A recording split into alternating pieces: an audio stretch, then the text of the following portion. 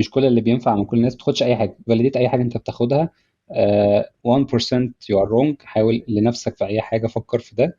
آم، و- واغلط عادي، ما تخافش يعني. حتى لو يعني عندك الرفاهيه ان انت تغلط، والله حتى في شركتك، حتى لو فلوسك انت. معامل الريسك ده محطوط في اي شركه في الدنيا محترمه، عارفه ان في ريسك وفي لازم ويست بشكل ما. ما فيش حد عارف يشتغل بزيرو ويست يعني ربنا يقدرنا يعني. بس طول ما انت عندك ده، حاول استغله لغايه لما تقدر تعمل الهارموني اللي احنا بنتكلم فيه ده.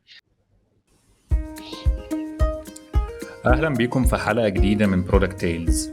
هنا هنحاول مع بعض نكتشف الأسس المطلوبة لبناء برودكت ناجح من خلال حوار مع أفضل الناس في مجال البرودكت مانجمنت اند جروث.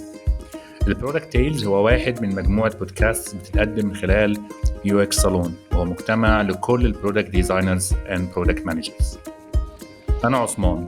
اسمع البودكاست ده سواء كنت برودكت مانجر، رائد أعمال، ديزاينر، أو حتى مجرد شخص مهتم بالبرودكت مانجمنت. شاركوا البودكاست ده مع أصحابكم، وشاركونا رأيكم في التعليقات، وابعتوا لنا أسئلتكم عشان نجاوب عليها في الحلقات الجاية.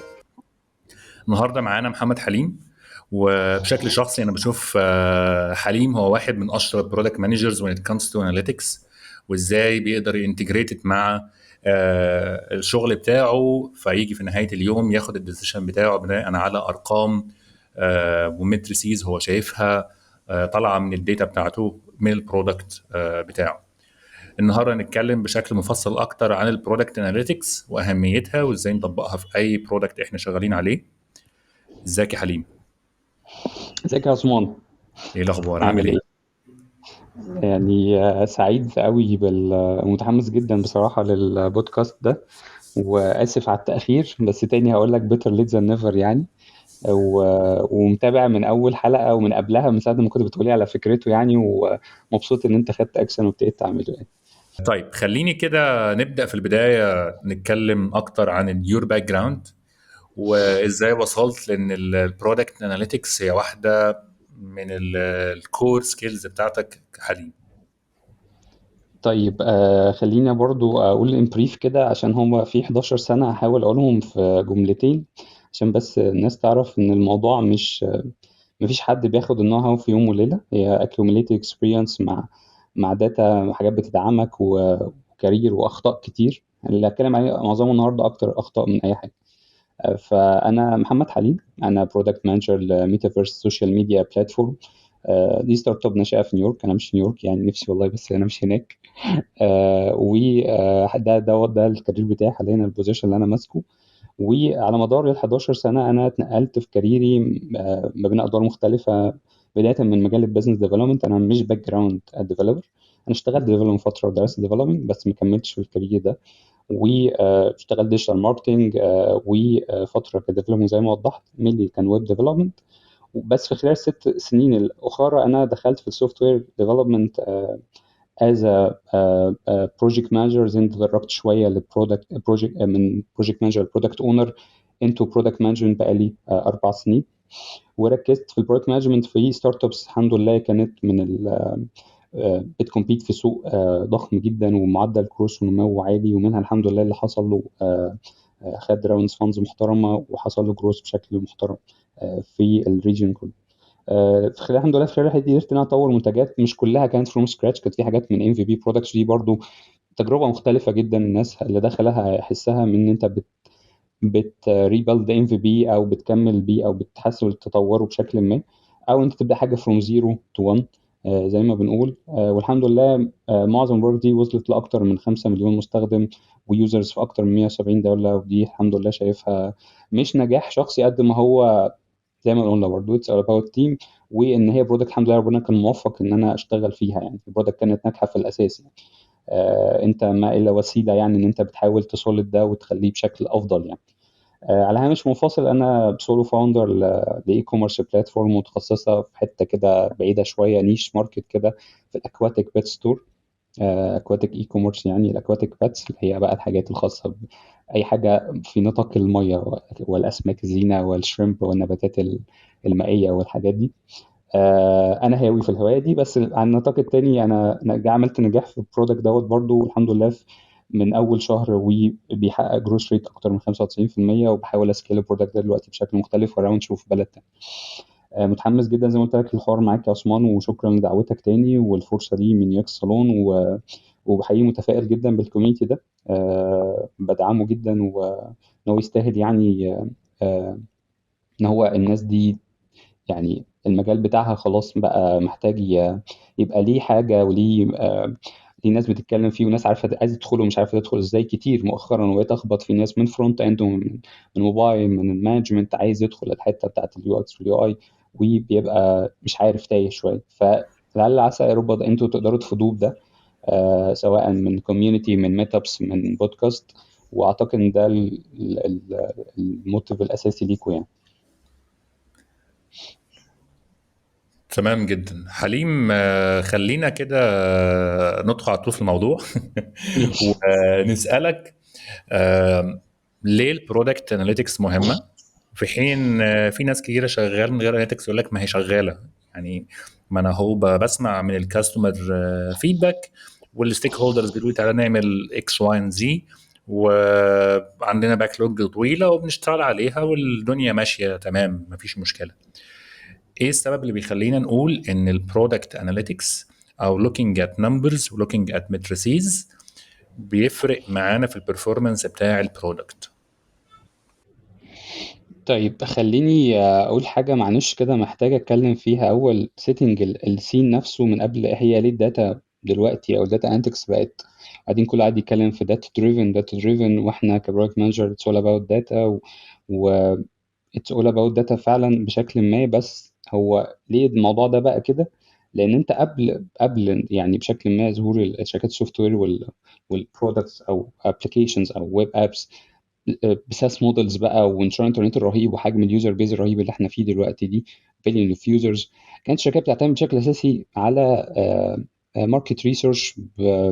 ومش كل الشركات كمان كان بيبقى عندها رفاهيه وده، والالتريشن ده كان بيبقى طويل وصعب جدا ان هو يبتدي اعرف داتا او انجيج او بيهيفير لليوزرز اللي بتستخدم الاب بتاعتي، او اعرفه من الماركت بتاعه عشان ابتدي اشوف انا ماشي صح، طب هغير ايه، او ده جاب نتيجه او ما جابش نتيجه، وابتدي اقدر اخد قرار على ان انا اشيب بشكل مختلف، او اعدل حاجه او احدث حاجه. فبعد تطور التكنولوجي الرهيب وحجم اليوزر بيز الرهيب والمنتجات اللي احنا محتاجينها والمشاكل اللي محتاجه تتحل، لان انت بتانكفر بروبلمز جديده، مش بتخلقها، انكفر بروبلمز ان هي بتخلق اصلا اوتوماتيك بشكل ما. بس بيجي بقى الناس اللي بتشوفها بقى الهيدن جيمز، اللي هي انا في هنا ماركت نيش عنده مشكله محدش شايفها وفيها بوتنشال وفيها باير بوتنشال رهيب، بس انا محتاج الحق اخد دي. ده بيعرفوه منين؟ بشكل ما الداتا اكتر حاجه انت هتقدر تبقى مطمن فيها ان انت واخد قرار صح بشكل ما. فبقى الموضوع بشكل اسهل شويه لما حجم التكنولوجي بقى الضخم اللي وصلنا للاي اي ايرا دلوقتي، وانت خلاص الموضوع ما بقاش صعب عليك ان انت تقدر تتراك وتمونيتور وتانلايز وتاخد اكشنز وتوتوميت الاكشنز دي كمان. فبقيت تعرف اليوزر بيهيفير بتاعك بشكل احسن، بتعتمد على وتقدر تحسن الكونفرجنس بتاعت البرودكت بتاعك بشكل افضل بكتير واسهل بكتير من الاول. وبتقدر ان ده بيأثر معاك على الميتريكس اللي انت بتحطها والبنش مارك بتاعتها، ومش بس كمان على الهوت داتا، لا على الكولد داتا كمان بتاعتك، الاكميات اللي انت تقدر تستخدم دلوقتي حاجات ان انت تقدر كبيج داتا تقدر ان انت تحلل الاكيوميليتد دي وتبريدكت يوزر بيهيفير وماركت ترندز، وتاخد عليها قرارات جريئه اكتر شويه، بس بيزد برضو على مش انتويشن، لا على حاجات سوليد. انت عارف ان هي مش مش حاجه اللي هو هنجرب بقى يعني. انت هي في الأول وفي الاخر تجربه، بس مدعومه بشكل ما بالداتا. آه، جزء قبل برضو اهميه الداتا كاكشنز، يعني هيرفلكت في ايه؟ خلينا نقول ايه المخاطر اصلا اللي بتحصل معايا انا كبرودكت مانجر، او اي حد ستيك هولدر في الحته بتاعت مسؤول عن برودكت بشكل ما، في البلاننج بتاعه والمانجمنت بتاعه. ان هو الاعتماد، الحاجات اللي احنا بتاثر معانا بشكل اساسي واللي هتلاقيها دايما، مش هقول بقى جونيورز، لا في ناس يعني برضو كوفاوندرز بشكل ما، بس ما بيبتدي يحس ان الموضوع لا، هو الموضوع مش مهم، هو احنا يعني عادي. انا الانتويشن بتاعي صح، انا المنافس بتاعي عامل ده فانا لازم اعمله. فانت موضوع كوبينج الكومبيتيتورز والاعتماد على الانتويشن، وان انت الريسبونس المبالغ فيه للديماندز بتاعت الستيك هولدرز بتوعك، ايا كان بقى من اول انفستور لكو فاوندر لليدرز بتوع ديبارتمنت تانيين. هو في الاول وفي الاخر ده لازم يدرايف حاجه عندي في البرودكت بتحقق ريزلت او اوبجيكتيف انا ماشي عليه. فلازم يكون بيزد على ان ده الامباكت وليه، ويجاوبك على الواي اللي بيتخانقوا معانا انتوا ليه بتسالوها كتير. عشان هو ما ينفعش يكون انتويشن وسيلف بريفرنس انه عندي داتا فيه بتقول حاجه واللي انت بتقوله ده مش مش كومبلايد مع ده. او ما تقوليش اعمل ايه، قول لي بس مشكلتك فين اللي انت عايز تعملها، او ايه الاوبجيكتيف الجديد اللي احنا هنشتغل عليه، وسيب لي انا الوات والهاو والوين كمان لو امكن يعني، يا ريت. فانا عندي مخاطر ان انا اعتمد على انتويشن، اعتمد على جاست انا بكوبي الكومبيتيتورز. لان خلاص انا فقدت الفرديه بتاعتي في ان انا يبقى عندي حاجه كومبetitive ايدج بتاعتي في السوق بتاعي. لو اصلا بشكل كبير هيبقى بلادي اوشن وفي عندي كومبيتيتور ومحدش، قليل قوي ان انت شغال في عندك الاريحيه ان انت شغال في ماركت مالكش منافسين، حتى لو هتكسباند وتطلع بره البلد اللي انت شغال فيه. آه، التحيز والافتراضات الاسامبشنز بشكل ما، ده هيأثر عليك ان هيؤدي ان انت قراراتك بشكل ما مش هتسد احتياجات اليوزرز الحقيقيه بتاعتك واتجاهات السوق اللي انت شغال عليه. الليميتد داتا دي هتأثر معاك في ان انت مخاطر بقى زي ما اقول الفيتشرز اللي انت هتبنيها او اليوزر اكسبيرينس بشكل ما مش مبنيه برضو على اساس داتا. ممكن تكون بتكولكت الداتا وصح بس ليميتد، فانت مش انت شايف رقم بس انت مش متخيل ان هو ممكن يكون اربع خمس اضعاف ده. لان انت ملمت نفسك في ان انت بتقيس حاجه صغيره، بتبص من حاجه، بتبص كده من خرم باب على حاجه، بس انت مش شايف الصوره اكبر، فمش هتاخد قرار صح.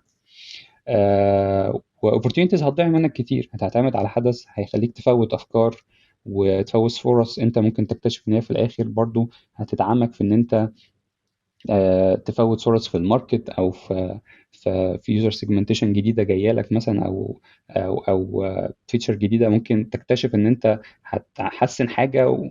واقول المثال ده انا نفسي الناس اشتغلت على تحسين حاجه والاند ريزلت ان انا حسنت لي حاجات تانية كتير في كونفرجن. انا كنت بحسن حاجه في اكسبيرينس في اب معينه ما كنتش متخيل ان هي هتاثر، كنت بحل مشكله تانية خالص واند اب ان انا حليت مشكله تانية ما كنتش هعرف ده الا لو انا قدامي داتا بتقول ده.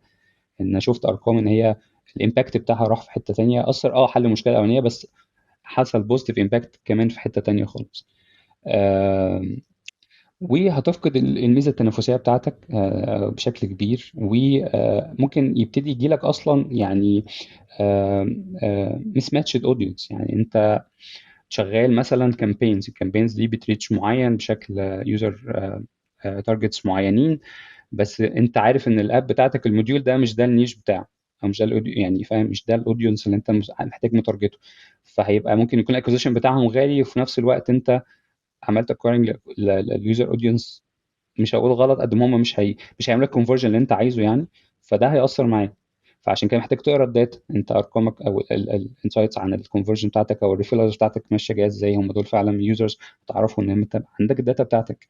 وان انت خلاص بقى اي من هب ودب جاي بيقول لك اعمل كذا وما تعملش كذا، فانت معتمد اكتر على ال ال الديبنس على اكسترنال فاكتورز خالص. فبقيت انت رد فعل مش فعل، انت مش بتاخد قرار، انت بيحصل حاجات وبتأثر عليك فبتاخد قرارات عشان انت حد قال لك خد بالك ان هنعمل كذا، او اي حاجه تاخدها مش بتفاليدتها.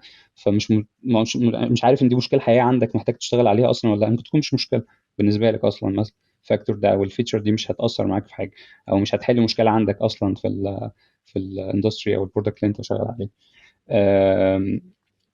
فبشكل كبير شتت رؤية، تركيز، تجاهل الداتا بشكل هيأثر معاك. كل ده حاجات تخوفات تخلينا نقول ليه الداتا مهمة، وبترتب عليها بشكل كبير نجاح كل حاجة. يعني انت بادجت هتضيع، الديفلوبمنت مكلف، احنا ليه بنتكلم في حاجة زي كده النهارده؟ السوفت وير ديفلوبمنت مكلف جدا، وقت ومجهود وطاقة وحاجات كتيرة جدا. انت اكيد مفيش حد من نفسه يشتغل بشكل لين وان هو يحقق اعلى نتائج بل التكاليف ممكن. الداتا هتساعدك في ده، الاناليتكس والانسايتس، ان انت تشوف داتا، تشوف تقدر تاخد بيها قرار ادق، وتتريت على ده. وهنتكلم على البروسيس دي قدام. بس ده باختصار. يعني انا شايف مفيش حاجه اكتر من كده اقولها في موضوع ان انا، يعني انا محتاج ابقى داتا دريفن. عندك مشاكل كتير محتاج تشتغل عليها عشان تبقى ما تقعش في المخاطر دي. طيب دلوقتي يا حليم، ازاي نقدر نختار المتريسز بتاعتنا؟ انا كبرودكت مانجر شغال في بيزنس، محتاج اسيت اب المتريسز بتاعتي، او اسيت اب الحاجات اللي محتاج اعمل لها قياس، عشان بناء على المتريسز دي هاخد ديسيشن بعد كده. اقدر اقول والله البرودكت بتاعي بيرفورم بشكل كويس ولا لا، اقدر اقول والله محتاج احسن الجزء ده من السوفت وير بتاعي ولا لا. واعرف ازاي اذا كان الارقام بتاعتي دي صح ولا غلط، ازاي بنش مارك الارقام بتاعتي. حلو جدا السؤال ده، يعني في مقالي شويه بس هحاول يعني اقسمه حتت. تمام. اللي هو مثلا هنبتدي بالمايند شيفت نفسه.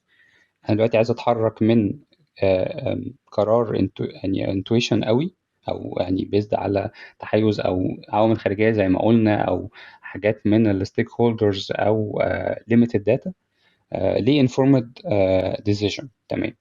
اول حاجه، هو اهم حاجه بشكل ما ان انت محتاج تخلي الكيوريوسيتي بتاعتك بشكل ما، وتحاول دايما كل حاجه اللي انت بتبداها بتفهم الواي بتاعتها behind اليوزر بيهيفير. هو بيعمل كده ليه؟ طيب النيد ده مطلوب ليه؟ هيحقق الجول او الامباكت بتاعه هيعمل كذا، امباكت في ايه وبنسبه كام ممكن ده يتحسن؟ ان هو ممكن يكون فعلا هي امباكت بس مش بالرقم اللي هيخليني احسن الحاجه اللي انا عايزها او المشكله اللي عندي بشكل الكافي. فهل في حل تاني ولا ده محتاج نعمله بس بشكل مختلف؟ فاولا الكيوريوسيتي بسيتنج وانسرنج الواي بتاعتك، والاسامبشنز. يعني اي اسامبشن بشكل ما حتى لو منك انت لازم تقفش نفسك كده، اللي هو تعالى انت ده بيزد على ايه الداتا الباكد بالايفيدنس بتاعتك اللي بتقول ان ده هيبقى قرار صح، او الفيتشر دي هنعملها كذا، او التشينج ريكوست ده هنعمله كذا. والاكسبيرمنت، ما هو برضو في حاجات مش هتعرف تجاوب على الواي قوي لما تجرب حاجه او تست، سواء مثلا تكنيكس زي يوزر انترفيوز، من سيرفيز، من اي بي تيستنج هتعمله. فهتقدر ان انت تعرف تجاوب نفسك على الواي، فتعرف تقول تمام انا هعمل ده ولا مش هعمل. وان انت تيتريت ده وبشكل ما عشان تقدر ان انت آه، ت- ت- ت- تحسن كل ده. حتى الميتريكس بتاعتك هتبتدي تغير فيه، بنش ماركس بتاعتك هتبتدي تعدل فيه. فانت من الاول خالص، مش احنا مش بنقيس كل حاجه. يعني انا مش هاجي يلا انا عندي اب وانا مش لسه مش فاهم وداخل فيها جديد، فانا عايز بقى لم لي بقى كل الداتا ولم لي كل مفيش حاجه مش هتتقاس في الاب، ومفيش تول مش هستخدمها بايد وفري، وهقيس الحاجه من حته واثنين وثلاثه. دي غلطه انا من اوائل الناس اللي وقعت فيها، وشايف ان هي ضيعت وقت وشتتتني اكتر ما انا كنت مشتت او مش فاهم السيتويشن اللي انا داخل عليه. فانت محتاج تسيت زي ما اتفقنا، عندك اوبجيكتيف واضح جول هنشتغل عليه، امباكت معين عايزين نروح عليه. طيب ده عشان اعمله محتاج اعمل ايه؟ والله انا محتاج مثلا في الديفلوبمنت محتاج نبيلد فيتشرز بشكل معين، ماركتنج في بلان بشكل معين، جروث كذا، اورنس مش عارف ايه، كونتنت. اصلا ممكن تكون حاجات مش لازم تكون امباكتد في البرودكت او الابلكيشن نفسها، ممكن تكون في نطاق اوسع شويه. فانت هتسيت الكي ماتريكس اللي انت هتعملها، او الفيتشر دي هتاثر في الماتريكس ده. تمام. او الاو كي ارز الاوبجيكتيف ده بتاعك، وبقد ايه الامباكت ده، برضو الويت بتاعه عامل ازاي. ان دي ده اتس اول اباوت في الاخر الامباكت، برضو الريزلت بتاعته عامله ازاي. فعلى حسب الاندستري بتاعتك اللي انت شغال فيها، او تايب اوف برودكت بقى، سواء سبسكريبشن، اي كوميرس، انت بوت وات ايفر، انت اي ار بي سيستم، انت ايا كان يعني فintech. فانت محتاج تشوف كل حته من الاب بتاعتك، من اول الانبوردنج لاول للكونفرجن للانجيجمنت للفيتشر او الريفينيو فيتشر بتاعتك. ايه منهم هيطلع الهيرو ماتريكس بتاعتك، اللي هم انت كل يوم الصبح كده وانت بتاخد قهوتك بتصحى قبل ما تبص في الايميل بتبص عليه. تمام. ده هتقدر تلاقيه بسهوله، انا بوعدك بده. لان هو في اكسرسايز كتير ويوز كيسز هتلاقيها على برودكت شبهك وانت بتذاكره. هتلاقي ان هو بيهتموا بحاجات معينه اساسيه. يعني مثلا انا سبسكريبشن موديل، فانا عندي يمكن اهم من الكونفرجن ريت الريتنشن ريت مثلا، والشيرن ريت. انا محتاج اقلل الشيرن ريت عشان خساره اليوزر دي مثلا، او الاكوزيشن بتاعي، تكلفه اللايف تايم فاليو بتاعت اليوزر بتاعتي عامله ازاي. انت اي كوميرس، فالكونفرجن مثلا والكانسليشن ريت الريفاند، يعني فاهم. عندك مثلا فينتك حجم الترانزاكشن او الكوانتيتي بتاعتها مش الفاليو بتاعتها. الريتنشن برضو. انت سوشيال اب، فانت طبعا انت البيز بتاعك الكريتيكال اماونت اوف يوزر عشان بتجنريت ادز، فانت ده اهم حاجه. انت عايز تتكلم على المونثلي والديلي اكتيف يوزرز والريتنشن ريت بتاعهم برضو فانت هتلاقيهم بيقفلوا معاك من 2 ل 4 5 متركس بالكتير، وتحاول دايما يبقى عندك واحده هي الهيرو بقى، هي النمبر 1 يعني. انت اللي هتحاول تتست عليهم. طيب هتستهم ازاي؟ هنبلد بقى، هنبتدي نشتغل على ال ال التولز اللي انا هبتدي اطلع الرقم ده منها، او الداتا وير هاوس اللي انا هبنيها واحط فيها المتركس دي او البنش مارك بتاعتها، عشان اقول طيب انا تمام، انا كده ماشي كويس، الدنيا حلوه وطالعه حلو، او الدنيا لا واقعه بتقع مني في حته، طب تعالى نشوف ده بتقع ليه. فهتيجي ترجع بقى هنا مش من اول حاجه تول، شوف انت جايبها من خطوه ثالثه اهي التولز. طب هي دي حاجه متاحه بشكل سهل، ممكن اخدها من ثيرد بارتي تول، اعمل بقى انتجريشن سريع كده باس دي كي ولا حاجه، ولا ايا كانت، واقدر استخدمها. تعالى بص بقى الليميتيشن، تكنيكال ليميتيشن بتاعتك في البرودكت بتاعك، هتلاقي قدام التول البيت هتلاقي 10 فري. طيب الوقت اصلا معاك، رفاهيه الوقت والبادجت في ده، دي كلها حسابات شويه انديفيدوال، انت هتقدر تاخد قرار اصح، بس اهم حاجه تتاكد ان انت دي حاجه هتعرف تسكيل بيها. يعني ما اروحش استخدم تول هي فيها فري فيرجن، بس هي مثلا دي غلطه برضو انا وقعت فيها في فتره. كنت عايز ابتدي اشوف ارقام بسرعه كنت عايز اشوف سكرين ريكوردنج جوه الاب، مش ويب، من عندي بديل ويب هقول عليه، بس في موبايل اب. فكان كان في ابلكيشن بتوفر لي ليميت معين كده ظريف، اقدر اشوف بيه ريكورد سكرين. انا كنت عايز اشوف حاجه معينه في الانبوردنج، وعايز اشوف حجم الانجيجمنت عليه عامل ازاي، وايه الميستيك، ان في حاجه في دروب بيحصل هنا. فالكوتا خلصت في 3 ايام، انا حرقت فيها اصلا وقت يعني، طلعت وبتاع وسبرنت واس دي كيو قصه، طب ما لحقتش استفاد. فحاول بص كويس الاول، دي هتفيدك وتعرف تشتغل بيها لفتره كافيه. لو زودت هتقدر تدفع البادجت دي، وانت برضو فاهم ريال ران تايم كوست بتاعتك، انت البادجت بتاعتك عامله ازاي. دي حسابات محتاج تاخدها مع نفسك كده والستيك بتوعك، وتمانج البادجت والتايم بتاعك، ما يبقاش الايفورت ممكن يبقى اكتر من النتيجه اللي انت هتعرف تاخدها.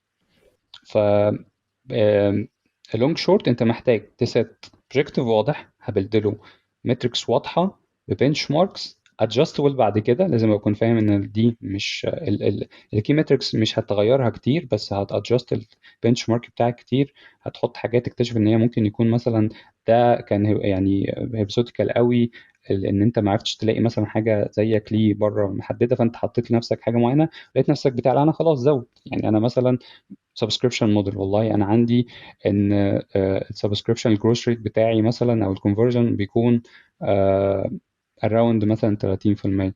طب انت وصلت ل 50، طب خلاص يبقى البنش بتاعك بقى 50، انت مش عارف توصل لل 40. فخلاص هنشوف طرق تانية او ورك اراوندز تانية او جروس هاك تكنيكس تانية ان انا احسن الرقم ده. بس انا بفهم ان انا بالاورجانيك مع البيد اللي انا بعمله ده الرقم الاوبتيمال اللي انا عارف اوصله دلوقتي، فمحتاج اشتغل على حاجه تانية، هادبت فيتشرز تانية، هادبت مثلا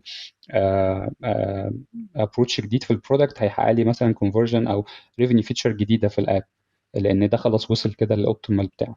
فده اهم حاجه، ان انت ما تروحش تبص الاول على التول، بص على ايه الاوبجيكتيف بتاعك، الهيرو او كي ارز بتاعتك والبنش مارك بتاعها، وبعد كده ابتدي تبص على التولز اللي انت متاحه قدامك تستخدمها ايه. مفيش اكتر من تولز دلوقتي، زي ما قلنا من واحده بايد قدامها 10 فري. طب يا حليم، دلوقتي احنا اوريدي وي سيت اب الماتريسز بتاعتنا، وعارفين البنش ماركس بتاعتنا المفروض تبقى ايه، وعايزين نبدا نكولكت الداتا عشان على اساسها نبدا ناخد قراراتنا. ايه التك ستاك اللي ممكن نشتغل بيه، او ايه الستارتر كيت اللي ممكن نبدا بيها فروم ذا اناليتكس تولز؟ طيب انا عندي بيزك ستارتر كيت كده، ممكن اي برودكت مانجر في اي اندستري بقى، هنا مش هخاف اقول حاجه معينه، ان هي بشكل ما بشوف ما فيش بيزنس دومين معين صعب ان هو او مش محتاجها او قادر يبتدي بيها بشكل سهل. انا بقول ان هي الجامب السريع ان هو يبتدي بيها، ومنها يبتدي يشوف بقى هل هي مكفراه بشكل كافي، ولا هيبتدي يروح بقى الادفانسد بقى، ان انا بيلد ماي اون داتا وير هاوس بتولز برضو بشكل ما، او هبنيها فروم سكراتش بشكل ما. انا هقدر اخد ده ونتكلم في ده بشكل تكنيكال، حتى لو انا ازاي هعمل مثلا اقدر اكتب كويري سيكوال وابتدي ابيلد ده في فيجواليز بتولز هتساعدني برضه في ده تصير دلوقتي. بس مش انا في مجهود اكتر الايفورت، التول مش هتعمل لي حاجه، يعني مجرد هتفيجواليز ده ليا اللي انا المجهود الايفورت اللي انا هعمله. فانت عندك بسم الله الرحمن الرحيم كده جوه الاناليتكس، يعني انت عندك والاناليتكس انت لا غنى عنها، انت بشكل اساسي هتلاقيك لازم بتستخدم الاب بتاعتك، الويب او الموبايل اب بتاعتك بتعتمد جوجل اناليتكس في حاجات كتيره جدا، اتليست حتى الفاير بيز.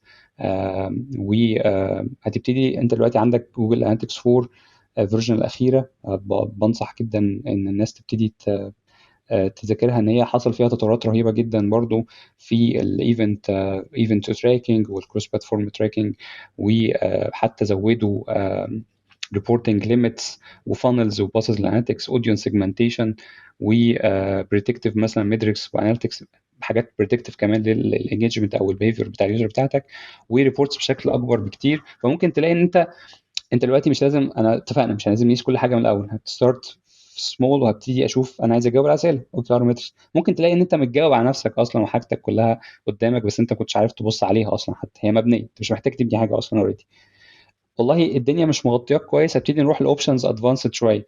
يعني انت عندك هنتكلم هنا على تولز بتديك انسايتس مش انتراكتيف، مش انجيجمنت بلاتفورم. يعني عندك زي ماكس بانل، هي فوكس اكتر على التراكنج لليوزر اكشن والبيهيفير، وبتديك براكتيكال قوي في الاناليسيس اليوزر انتراكشنز في الابلكيشن الويب سايت بتاعك، وتفهم بينها اليوزر جيرني وتشوف الفانلز والايفنت المعين، سواء في اوريدي بيزك ايفنت هتلاقيها او الكاستم ايفنتس اللي انت هتبلدها. واحنا هنتكلم على building custom events في الكاستم ان اب ايفنت او التاكسونومي داتا شيت ده دلوقتي. التولز المحببه لقلبي وبشكر يعني صديقي وحبيبي حازم يونس لما عرفني عليها، ومفيش حد يعني بقول له يقول لي انا عايز بص خد امبليتيود وتعالى نتكلم وذاكر ازاي تبتدي تعمل داتا تاكسونومي شيت، وبعدين تعالى نشوف اي حاجه تانية. يعني طبعا جنب الحاجات الاولانيه، اولا انت معاك ليميتس كبيره جدا فري. يعني انا في اب كنت واصل ل 5 مليون ايفنت ريكوردد وما دفعتش جنيه. اوريدي عندك بيلت ان ريدي ميد ايفنتس انت تقدر تبيلد الكاستم بتاعك عليها وتزود فانلز كتيره جدا، وتقدر تبيلد يور اون داشبورد في يعني بيلد دراج اند دروب يعني بشكل سهل وسريع. وهي بشكل ما زي ماكس بانل، بس بتدي behavior analytics اكتر بكتير لليوزر اكشنز والانجيجمنت بتاعهم. وفي حاجات كمان انت بتقدر تشوف الباص فيجواليزد ولايف، يعني انت في ان اب ايفنت جربته وعايز تتست وتبتدي تشوفه اصلا اللايف، وبتدي تشوف اليوزر بروفايل بتاعه والهيستوري بتاعه accumulated. عندك حاجات ابسط ويوزر يعني بيجنر فريندلي قوي وللداتا فيجواليزيشن مثلا زي تابلو او مايكروسوفت برضه باور بي اي. هي بشكل ما، بس هي ما فيهاش حاجه سيفير قوي. هي انت هتسيتل داتا هتديها له بشكل ما في شكل فايلز سي اس في بقى اكس ام ال ايا كانت، او هتربط باي بي اي، وهتقدر تبلد بقى انت تعمل الفيجوال بتاعتك انت عايز بقى ده هنا جراف كذا، ده شارت مش عارف ايه، ده فانل، ده يوزر سيجمنتيشن. فهتقدر تفيجوالايز بيها الداتا بتاعتك عشان تبقى الموضوع بشكل ايه قادر انسايتس مش مجرد ترو داتا. انت بس هتساعدك في تعمل ده بشكل كويس جدا. بس انا اي جو مثلا بشكل اساسي مع باكس بانل ولوكر اللي هو بيزد على بيج كويري من جوجل، هنتكلم عليه قدام شويه وازاي تبنيه. انت ويب بس مثلا عندك تولز جميله جدا برضو من التولز المفضله بالنسبه لي، يعني كاند يوزر قبل برودكت يعني بحترمه هوت جار. والمنافسه الجديده ليها او اللي هي بشوفها بتقدم حته تانية بشكل احسن شويه مايكروسوفت كلاريتي، اتس فري برضو.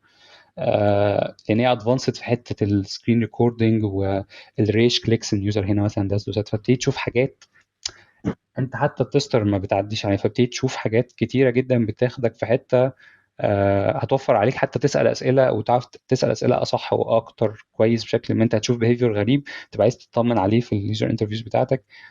فانصح جدا بهوتجار ومايكروسوفت الناس اللي هم شغالين ويب يبتدي يعتمدوا عليهم. هوتجار طبعا في الهيت ماب احنا بنتكلم على يوزر بيهيفير اناليتكس، فيها ليها موبايل برضو بس مينلي اكتر بنعتمد عليها في الويب في الجزء ده. وبتديك برضه يوزر بيهيفير، يوزر مثلا فيدباك، تقدر تعمل مثلا يوزر سيرفي صغير سهل في الويب تنجكته جوه الويب سايت بتاعك على طول او التول الويب بتاعتك. مايكروسوفت كلاريتي فيها ميزه برضه بتنجيج معاك وبتقدر تشغلها مع مايكروسوفت جوجل اناليتكس، تقدر تنتجريتهم مع بعض وتشوف، فبتسهل عليك ان انت تشوف برضه سورسز كتير من حته واحده، مش لازم تروح تشوف كل حاجه من كل حتتها. فهي ويب اناليتكس تول بتديزاين، بتديك انسايتس على اليوزر بيهيفير بتاعتك برضه والانتراكشنز، وفيها فلتريشنز رهيبه جدا، مش يوزر باسز معينه ولينكات معينه، سيشن تايم، حجم الكليكس، حجم اليوزر الديموغرافيك.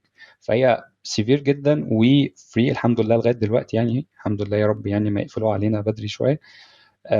فدي ستارتر كيت ممكن ما بينهم تبتدي تشوف اكتر حاجه مفيده ليك ايه وتبتدي تبلد بيها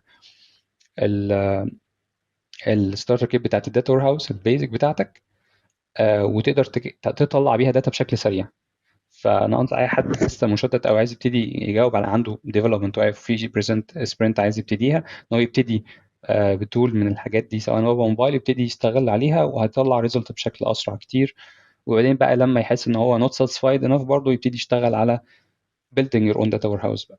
طيب ده ياخدنا بعدها البيلدنج بقى، انت نوت ساتسفايد، بيلدنج بقى ان انا عايز ابيلد ماي اون داتا وير هاوس. انا والله اوكي الداتا دي جميله وبتخدمني دلوقتي بشكل كبير، بس انا عايز وان هاب كده يقدر وادفانسد عن اللي معايا، وعايز اوفر بادجت بشكل معين في تول معين. ممكن ده اوبجيكتيف عادي جدا وحصل مش عيب يعني. سكيلبل اكتر بشكل ما، انا متحكم فيه، كنترول اكتر شويه، مش مربوط بليميتس او مربوط بتكنيكال ليميتس هنا بشكل معين على طول معين. فابتدي افكر بقى في حاجه شويه مور ادفانسد. ده ان شاء الله كده بعد ما تبتدي ترتاح يعني بالتولز دي، ما تفكرش في ده الاول، لان هو محتاج مجهود ديفلوبمنت، محتاج مجهود مذاكره منك شويه اكتر، ان انت ازاي تبيلد يور اون داتا وير هاوس. فزي ما قلنا داتا وير هاوس هو كونسبت بنقوله على السنترال هاب اللي انت بتكولكت فيه الداتا بتاعتك من different sources، بتديك in depth analytics اكتر، عشان انت تستريم لاين الداتا دي بكواليتي كومبلكستي اعلى، وعشان تاخد بيها برضو الانسايتس بتاعتك بشكل انفورمد لقرارات احسن بشكل ما. we have to approach بشكل ما، مش شايف حد مختلف او براهم كتير ما بين جوجل بيج كويري اعتماد على الكور ده يعني الانجن، او ريد شيفت من امازون. الاثنين كلاود بيست داتا وير هاوسنج سوليوشن بتوفر لك السكيلابيلتي والبرفورمانس اللي انت عايزه.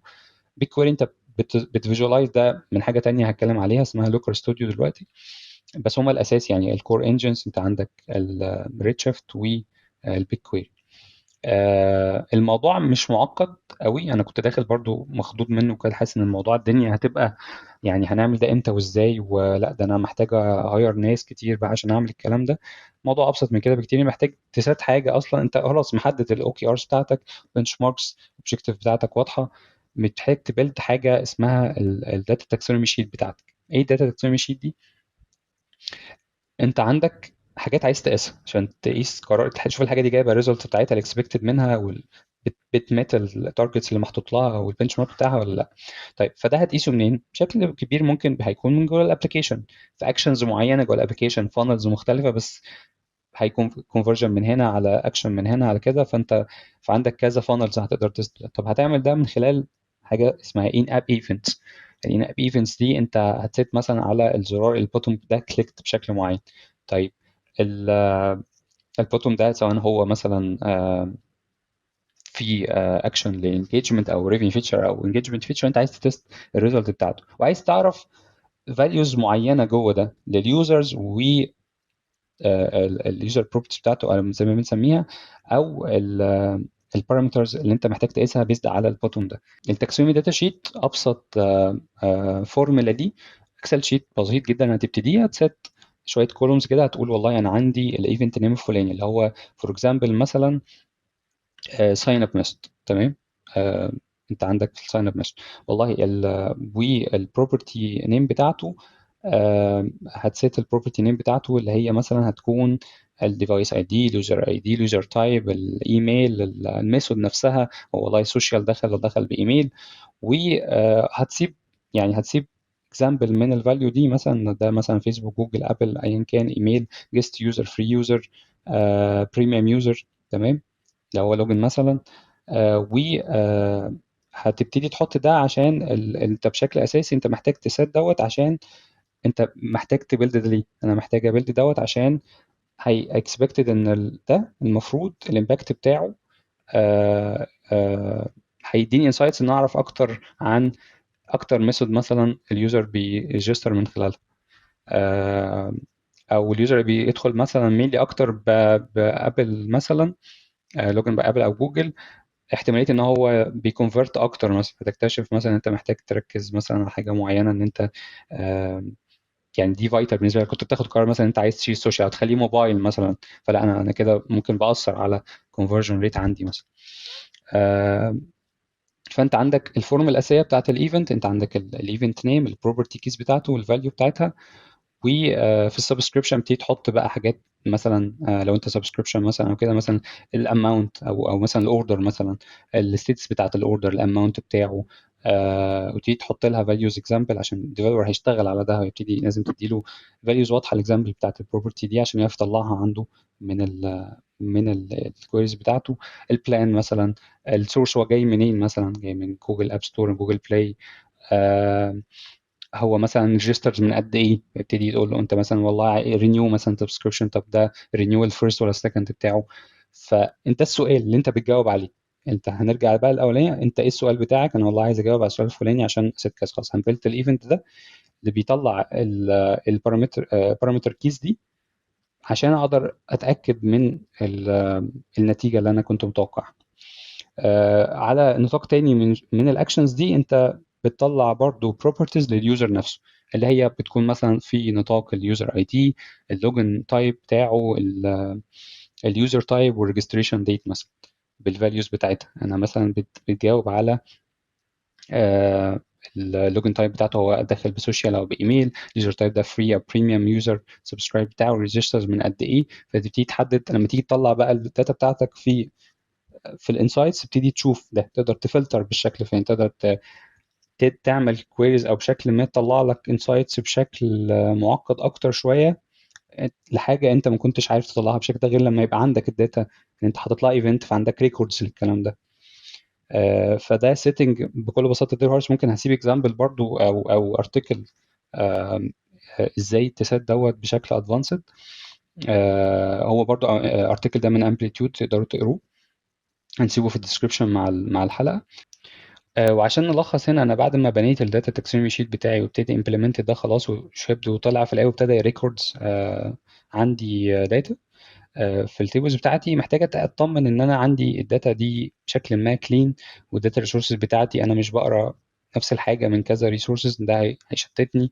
ومش باني برضو من المستيك اللي انا بنقع فيه كتير، ان انا احط ايفنت على كل حاجه، كل اكشن يوزر بياخده في الاب، واسبام الداتا بتاعتي بداتا ريدند او بالنسبه لي مش هتبقى انفورماتيف قوي، او محتاج ان انا اقيس بوتونز واكشنز انا مش عايزها اصلا، يعني مش هتفيدني في حاجه في قرار دلوقتي ان هي اكشنز ريكوايرد ومانداتوري جدا، فخلاص يعني زرار اكشنز في نيكست او في سكيب في حاجات.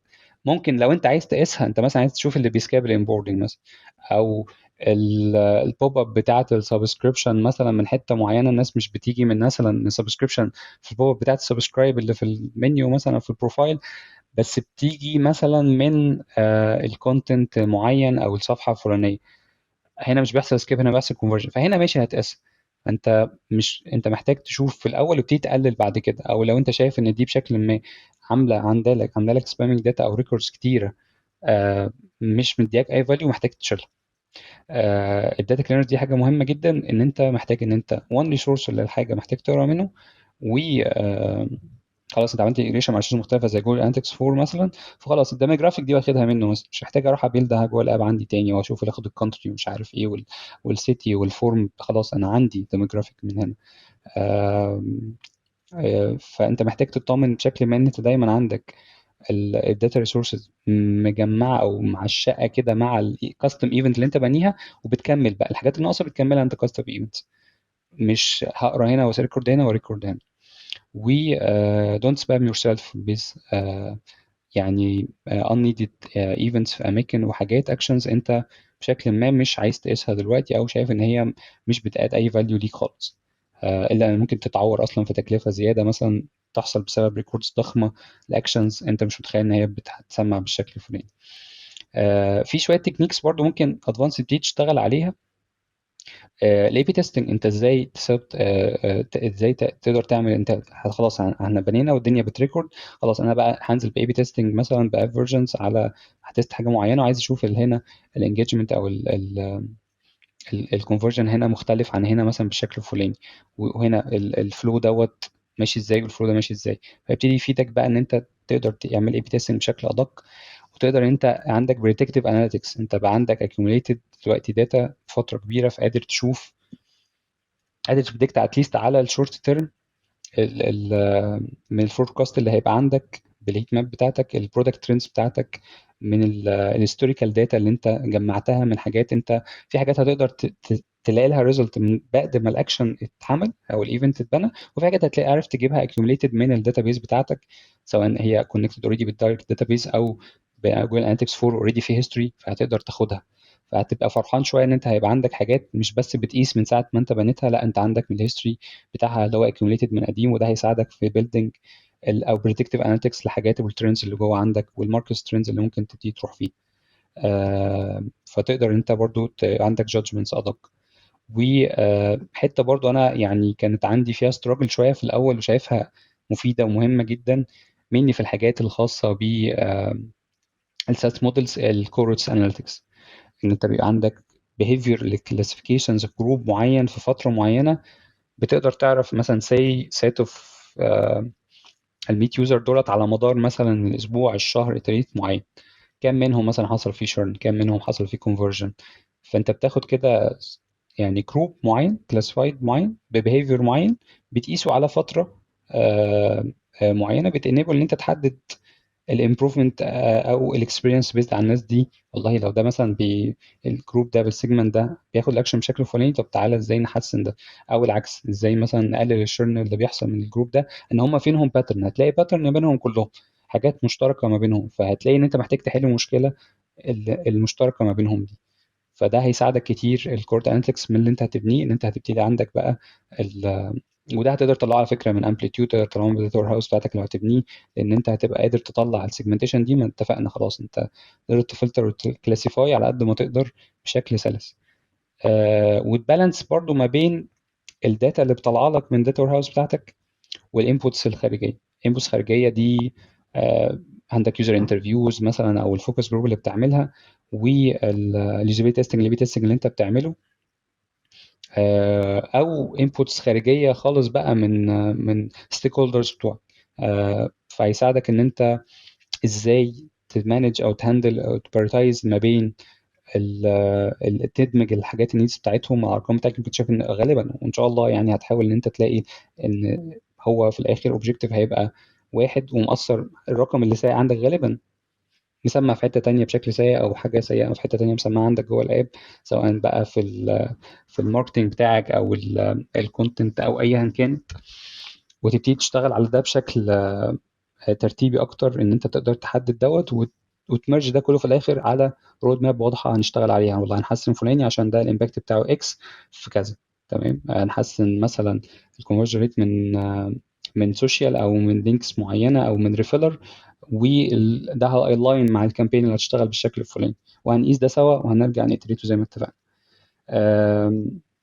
فموضوع الاين ستيك هولدرز ده من غير ما تخسر بشكل ما البرودكت فيجن بتاعتك، لان هو في الاخر احنا شغالين كلنا على اوبجكتيفز واضحه واحده، فهي مش يعني هو الموضوع مش منفصل حته فازيه، بس هو فعلا هو المفروض كله مخدم خدمه واحده على البرودكت فيجن بتاعتي اللي انا شغال عليها. يا اما كده يا اما احنا يعني مش محتاجين نعيد نشوف بالظبط احنا شغالين ازاي مع بعض يعني. فيعني زي ما بقولها كده جمله دايما help me help you. هو صدقني الامباكت بتاعك مسمع عندي، وامباكت عندك مسمع، يعني الموضوع كله سايكل صغيره واحنا كلنا فيها مع بعض. ده ريكاب سريع. تاني زي ما قلنا ان انت سيتنج داتا وير هاوس، ازاي تتاكد من نظافه الكليرنس بتاعه الداتا بتاعتك والداتا ريسورسز انت هتشتغل عليها، والتكنيكس اللي انت ممكن تقدر تستخدمها عشان والبالانس الداتا ما بين الانبوتس التانية الخارجية، ما بين البرودكتس بتاعتك او التيمز التانية. طب يا حليم دلوقتي عايزين كده نلخص كل الليرنينجز بتاعتك خلال الفترة اللي انت اشتغلت فيها as a product manager وكنت بتنتجريت فيها الاناليتكس. عايزين نلخص كل الأخطاء اللي ممكن أي product manager يقع فيها، وتقول لنا نصيحتك نتعامل معاها ازاي. طيب وفي ميستيكس انا شايف ان خلينا نبتدي باقربهم لسياق كلامنا على البروسيس ميستيكس، لان انت ما يكونش عندك جول واضح تشتغل عليه، جول محطوط بفورمات بالاو كي ارز اللي احنا اتكلمنا عن ازاي هنحطها وازاي نقيسها. ان انت تبقى يعني دي غلطه برضو من البيرسونال ميستيكس، اعتبرها ان انت بتبقى اوفر شويه وبتنفولف. يعني في نوعين غلط من الانفولف، ان انت اوفر انفولف ناس او ستيك هولدرز في مراحل غلط من البرودكتس، او مش هم الشكل ما الديبارتمنت اللي انت محتاج او الستيك هولدرز محتاج تاخد منهم فيدباك في دي دلوقتي، لان بشكل ما هيشتتك اكتر. الاشخاص الصح نفسهم بقى، مش بس خلال البرودكت ديفلوبمنت مثلا انت هيبقى معاك بور فيدباك هيأثر على قرارك بشكل ما، سواء في مرحلة ديسكفري او فرود مابينج او بشكل ما في ايفالويشن اي سيتويشن معين. فمحتاج ان انت تتأكد ان انت بتفولف الناس الصح في الوقت الصح، ودي حاجة مهمة جدا، لان هي يعني انت مش محتاج يعني تبقى بتحاول تثبت بس للناس ان انت يعني خليك واثق في نفسك شويه ان انت بشكل ما انت المسيطر على الحته دي. فمحتاج ان انت تسال شخص صح في الوقت الصح، ما تدخلش ستيك هولدرز كتير، عشان غالبا هيبقى عايز يرضيك غالبا في معظم الوقت. زي كده اليوزرز، ما هنتكلم برضو غلطات في اليوزر انترفيوز، ان هو عايز يديك اللي انت عايز تسمعه، وانت حاول تقتل الحته دي جواك شويه. انت محتاج تسمع مش اللي انت عايز تسمعه دايما. ان انت حتتين برضو بشكل ما يعني يعني هي من ناحيتين، ان انت بتكون بتعمل بتجري في ديفلوبمنت او بتشاب كتير الحاجات بشكل ما مش فيت اصلا مع الاودينس، فانت او المشاكل اللي انت عندك، فانت عندك رود ماب وماشي عليها، وانت عندك مشاكل في حته تانية وفي بايورتي حاجه تانية. بس لو والله انا حاطط الرود ماب وده الباك لوج ولازم يخلص بالشكل ده، انت كده يعني مش هنقول بقى انت مش شغال اجايل، انت كده بتهزر يعني، لان ده هيخسرك كتير. فانت محتاج تشتغل بابروتش اكتر شويه، ان انت تبقى كيرفول جدا في ان انت تبيلد فيتشر بتفات مع الاودينس، وما تضيعش اي ما يبقاش فيه ويست من الريسورسز بتاعتك والديفلوبمنت او اي حتى جزء من البرودكت ديفلوبمنت بتاعك، وتأدبت سوليوشن بشكل ما انت بتست وتلرن على اتريشن صغير لكل فيتشر، عشان غالبا ممكن هتغير حاجات وهتجرو من الباك لوج بتاعك ده مره واثنين وثلاثه بشكل ما على لونج الكوارتر. ودي اكتر حاجه شايفها هتأثر معاك جدا في ان انت تقدر تشوف الحاجات اللي مطلوبه واصح اسرع وادق. ان انت برضو العكس، تعمل العكس تماما برضو ده غلط، ان انت يبقى الشوبينج بتاعك بطيء، او بمعنى اصح بتريليز اندر يعني فيتشرز او فلويد برودكت، مش بترمين او الفاليو بتاعه الابلكيشن، ومش مؤثره بشكل ما على يعني مبقاش عندك انكريمنت بشكل سريع، فاليوزر بشكل ما اكسبكت حاجه معينه، او في انت اوريدي كنت بروميس بحاجه معينه هتطلع فتره معينه وبتاخر، ده بيأثر بشكل ما. وشوفنا ده في امثله كتيره برودكتس بشكل ما بتبقى بتوفر بروميس حاجات، او بتبقى بلان او نازله باوبجكت او حاجه معينه انونس معين، وده اليوزر بيستناه فتره كبيره لغايه لما خلاص يعني بيفقد الامل في حاجه زي كده. فانت يعني don't build too much too soon، وفي نفس الوقت don't build too little too late.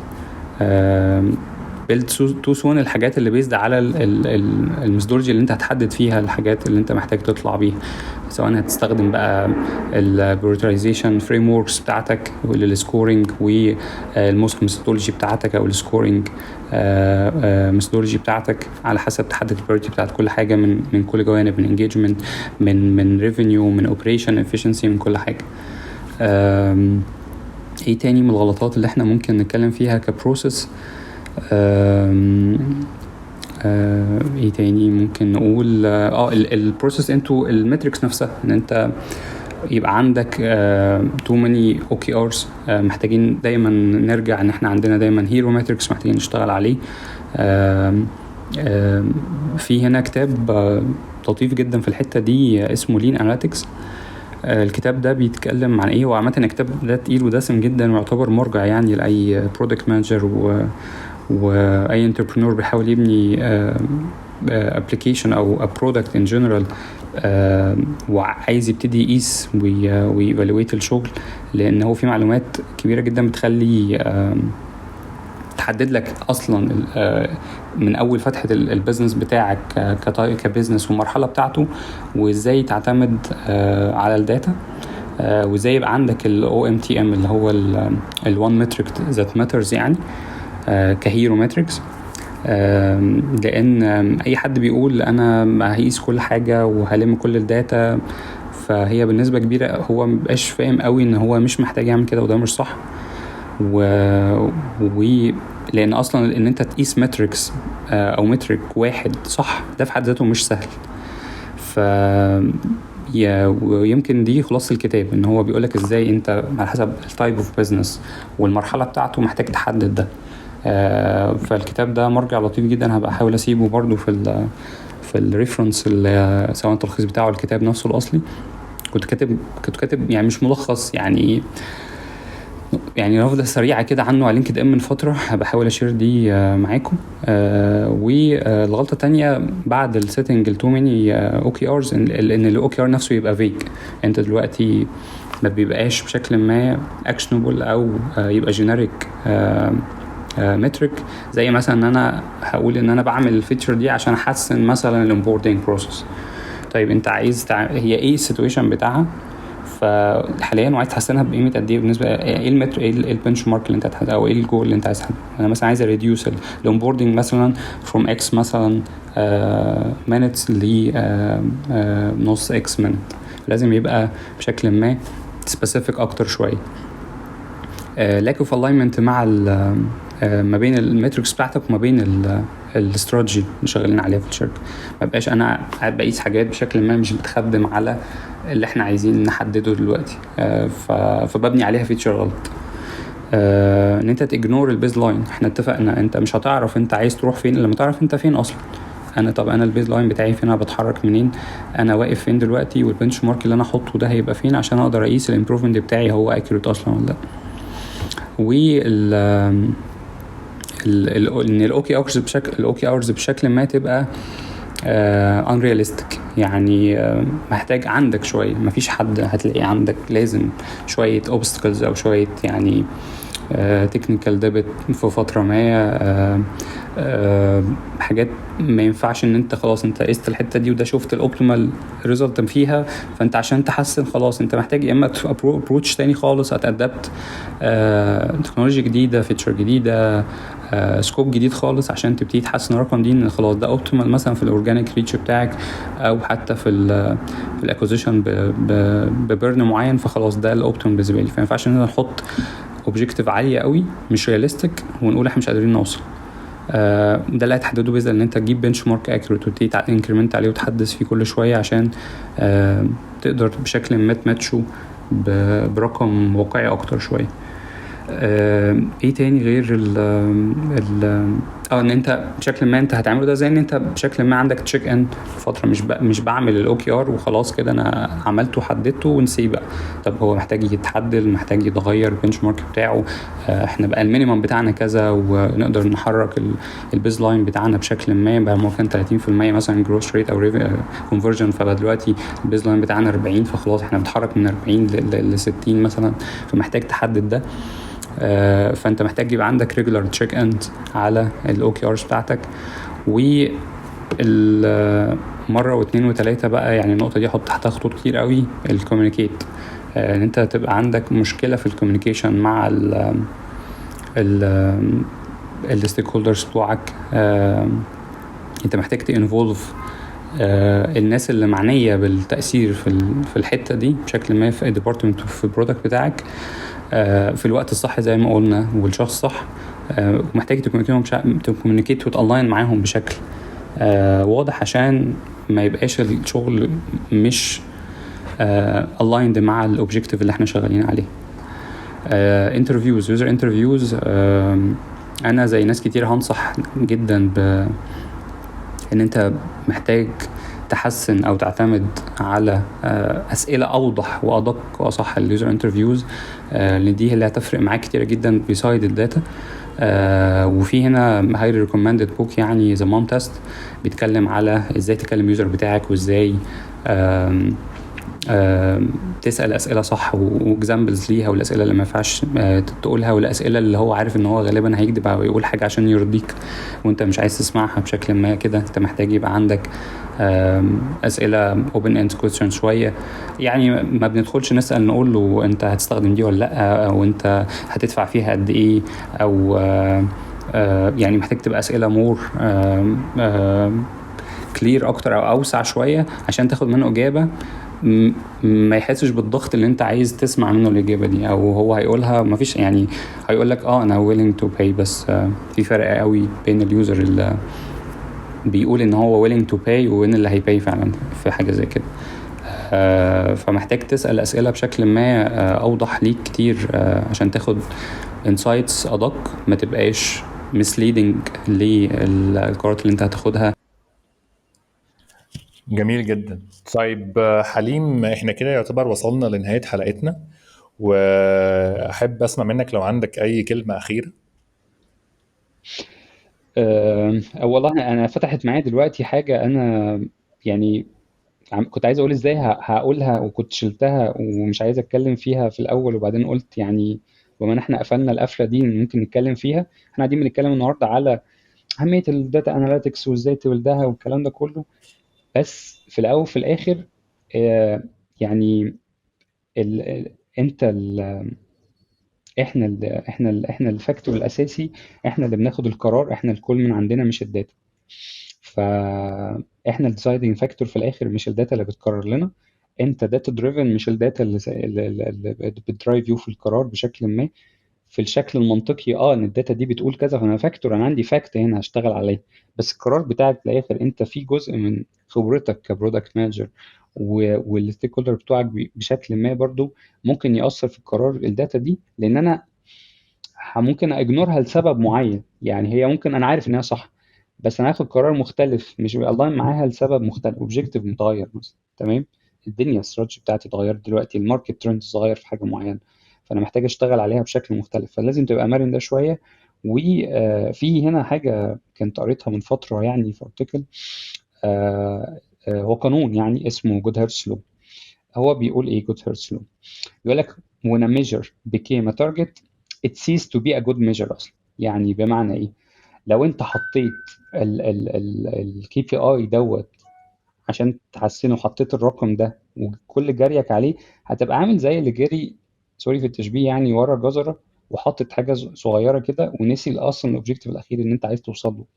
فمحتاج تبص شوية ان انت ما تبقاش كل يعني انت لما بتحط الاوبجيكتيف ده هو بيفقد، انت حاطه بتقيس عليه مش باصص، مش شايف غيره خالص، هو بيفقد الشارم او الموجو بتاعه في ان هو تحقق اللي انت عايزه اكتر. انت بتقيس ده عشان حاجه، هو ده مش الاوبجيكتيف اصلا، انت بتقيس ده عشان تحسن، عشان تعرفه اصلا، او عشان تحسن حاجه تانية اللي هي ممكن زي ما قلنا ممكن تكون بتحسن. حصلت معايا، حصلت في برودكت كتير، انت بتنهانس حاجه معينه، بتاند اب ان هي بتحل لك المشكله دي وبتتم، بس انت في ارقام تانية كتير بتتغير وبتتحسن او بتبقى بتاثر، فانت محتاج ان انت الاوبجيكتيف بتاعك يتغير، او انا هغيره عشان حاجه معينه. فمش مش الاو كي ار او المترك بتاعي هو الاخر حاجه انا محتاج. احنا اللي بندرايف الداتا، مش الداتا اللي بتدرايف في القرار. يعني اتس يور كول في الاول في الاخر، انت والتيم. ده بقى بيزد على الاكسبيرينس بتاعتك. والله انت عندك اكسبيرينس اللي تقول ان انت عندك انتويشن فوق الداتا دي، بيقول لا انا مش هعمل كذا، او لا انا هعمل كذا عشان ريجاردز للداتا دي. فدي حاجه، ما هي دي بقى دي المسؤوليه، الريسبونسبيلتي بتاعتك في ده، ويمكن دي اصعبها. مش شايفها ان دي اكتر واكتر حاجه، لان انت ممكن تكون بتاخد القرار آم، آم، يعني ريسكي شويه، بس الريسك مش محسوب طبعا، لازم يكون محسوب وليه باك اب وريكفري بلان. بس من الاخر الداتا دي بشكل ما ممكن تباك فاير عليك في حاجات انت مش شايفها، لان هي الموضوع الداتا جيم تشينجر وكل حاجه في شغلك هتاثر معاك بشكل كبير. بس الشركات اللي بتشتغل يعني بفانسي داتا بشكل ما وبريسيرشز وكده، في الاخر بيبقى القرار بتاعهم ممكن يباك فاير. واحنا شفنا ده في برودكتس كتير، وكيس ستادي ممكن تشوفها 10 على حاجات بيبقوا واثقين جدا في القرار وركزين على رقم معين، اللي هو لا ده هو ده عملنا كذا فده كذا فلازم هيحصل كذا، بيباك فاير بشكل صح. فاحنا اللي هندرايف اور كول في الاخر في القرار ريجاردز كل حاجه. محتاج تشتغل على ده، ما تخليش الدرايف بتاعك هو الرقم بس. في حسابات تانية كتير، صدقني هي مش ماشيه كده. الماركت، احنا في ماركت داينامكس دلوقتي اصلا بتتغير، مش كل يوم كل ساعه. فمهما كان حتى البريدكشن والفوركاست نفسها، انت شوف مثلا انت عمله، يعني الموضوع مش عايزين ندخل في حاجات يعني تانية، بس مفيش حاجات مسلم بيها وواثق منها قوي دلوقتي، نوت بي سو شور قوي او كل حاجه انت حاططها، لان غالبا محتاج شويه ان انت تبقى فليكسبل ومرن ان انت تقدر تشتغل على ده. بس يعني دي حاجة أنا حابب أقفل بيها الموضوع ده، لأن هي هنسيت داتا بس إحنا اللي هنكنترول في الآخر هنعمل إيه بيزد على حاجات تانية فاكتورز كتير اوتسايد، مش هي اللي بتخلينا رد فعل. بس أنا بطمن، دي الداتا بتطمني على قراري أنا ماشي صح ولا غلط، وبتعمل البالانس بقى اللي احنا بنتكلم فيه ده، قادر تبالانس. ودي كور الشغلانه دي، ازاي ان انت تبقى قادر تبالانس ما بين كل الفاكتورز وكل الاوبجكتيفز والديبارتمنتس والارقام. هنا بقى يور سكيل ويور شارم بيطلع، ودي اهم حاجه في الشغلانه دي بشكل اساسي يعني.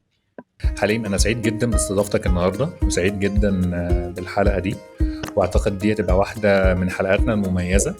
البرودكت اناليتكس هي توبيك مهم ولن ينتهي الكلام فيه. احنا النهارده بس اخذنا قشور البرودكت اناليتكس، ده حقيقي. واعتقد في تفاصيل كتيره لكل حاجه انت بتقولها، واعتقد انت يعني ملجم نفسك عنك تدخل في التفاصيل، لان كل والله حاجه مش هقدر ان هتفتح مننا جامد ومش عارف نلم خالص.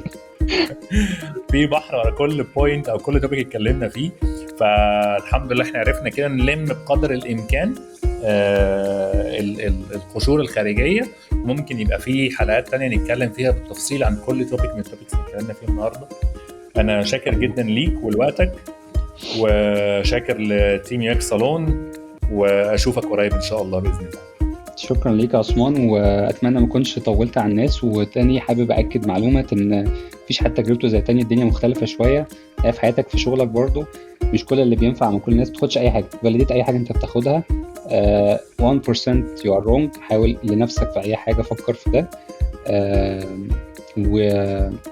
واغلط عادي، ما تخافش يعني. حتى لو يعني عندك الرفاهيه ان انت تغلط والله، حتى في شركتك، حتى لو فلوسك انت معامل الريسك ده محطوط في اي شركه في الدنيا محترمه، عارفه ان في ريسك وفي لازم ويست بشكل ما فيش حد عارف يشتغل بزيرو ويست يعني ربنا يقدرنا يعني. بس طول ما انت عندك ده حاول استغله لغايه لما تقدر تعمل الهارموني اللي احنا بنتكلم فيه ده. وشكرا تاني، مش حابب اطول اكتر من كده على الناس، اتمنى ما تكونش الحلقه ممله. انا اسف ما حاولت يعني. انا اللي عارفني شخصيا عارف حليم ان انا لما بعمل حاجه برزنتيشن بتاعتي بتبقى نصها ميمز، فاحنا بودكاست فمش عارف افيجوالايز او احوله لفويس. بس ممكن نبقى نعمل ده بقى اونلاين سوا بقى في اي شكل تاني في ايفنت ان شاء الله كده لو هنعمله يعني. اوعدكم ان شاء الله مش هتبقى دمها تقيل زي دي وتكنيكال كده، هتبقى كلها ميمز ودمها خفيفه يعني. لا في الاخر كله خلي اليوزر اكسبيرينس تبقى سهله يعني. احنا ده طموحنا يعني. ان شاء الله. خلاص تمام، شكرا جدا ليك يا حليم. ميرسي يا عثمان، باي باي. مع السلامه. مع السلامه.